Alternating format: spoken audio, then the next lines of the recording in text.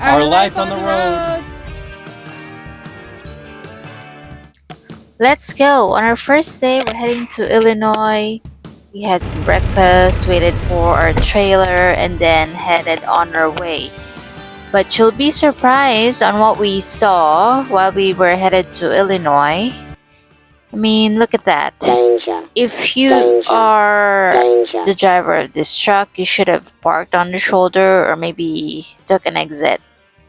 Because the gator that blew out and flew out of your tire just sat there in the middle of the interstate to the point that we couldn't avoid it because there were other vehicles on the highway, of course.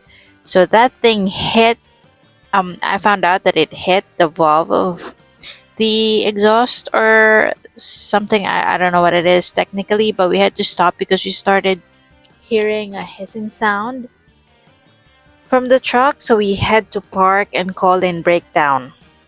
Yep, and then my hubby saw that the air pressure was going down really bad. So he called breakdown. We waited for tech.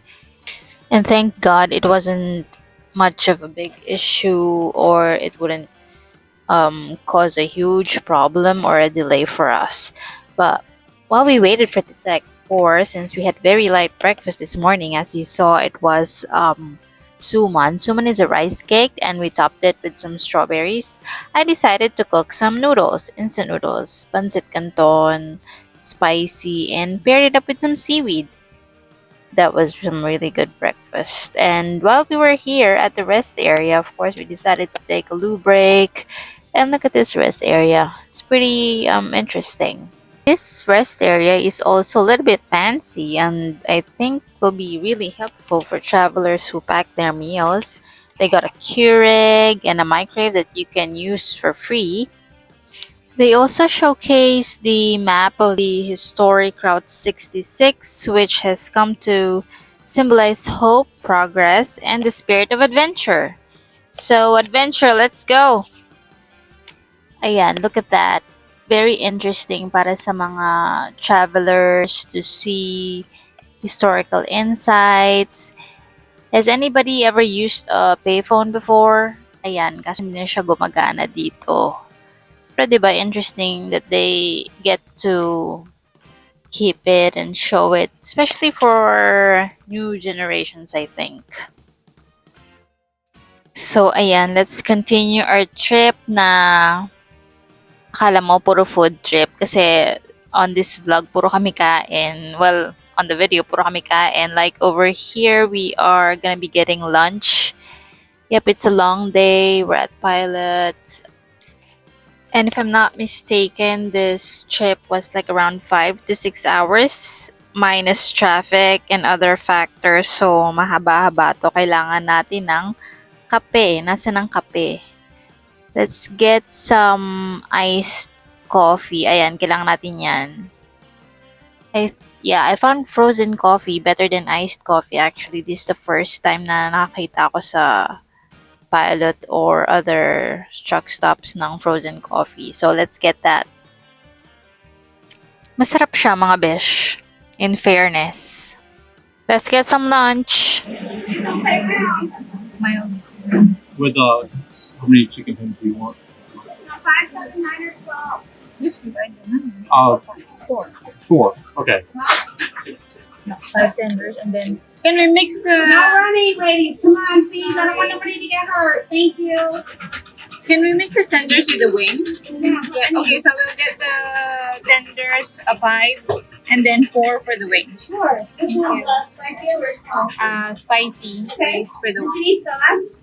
Yes, please. Okay. Honey mustard, we have it. Okay.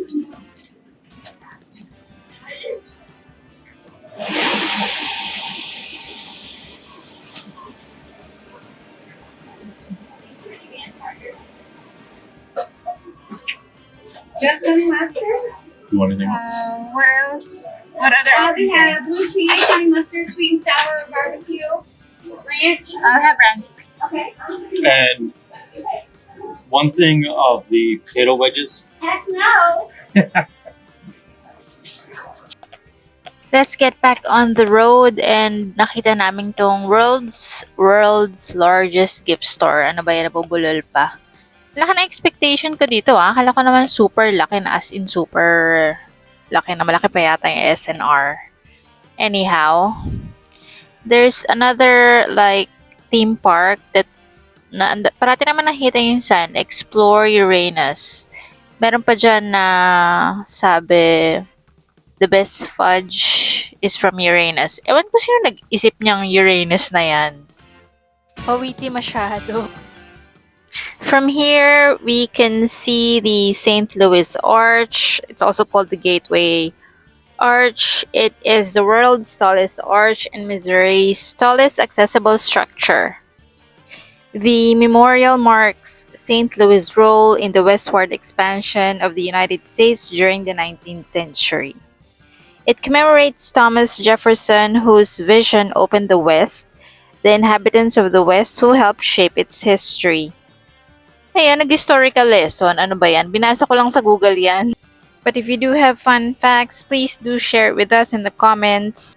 We are almost in Illinois. And when I'm back in Chicago, I feel it. Another version of me, I was in it. Char, feeling yan. Stress na ako dyan, kakaabang ng Illinois sign dahil ayaw natin yan ma-miss.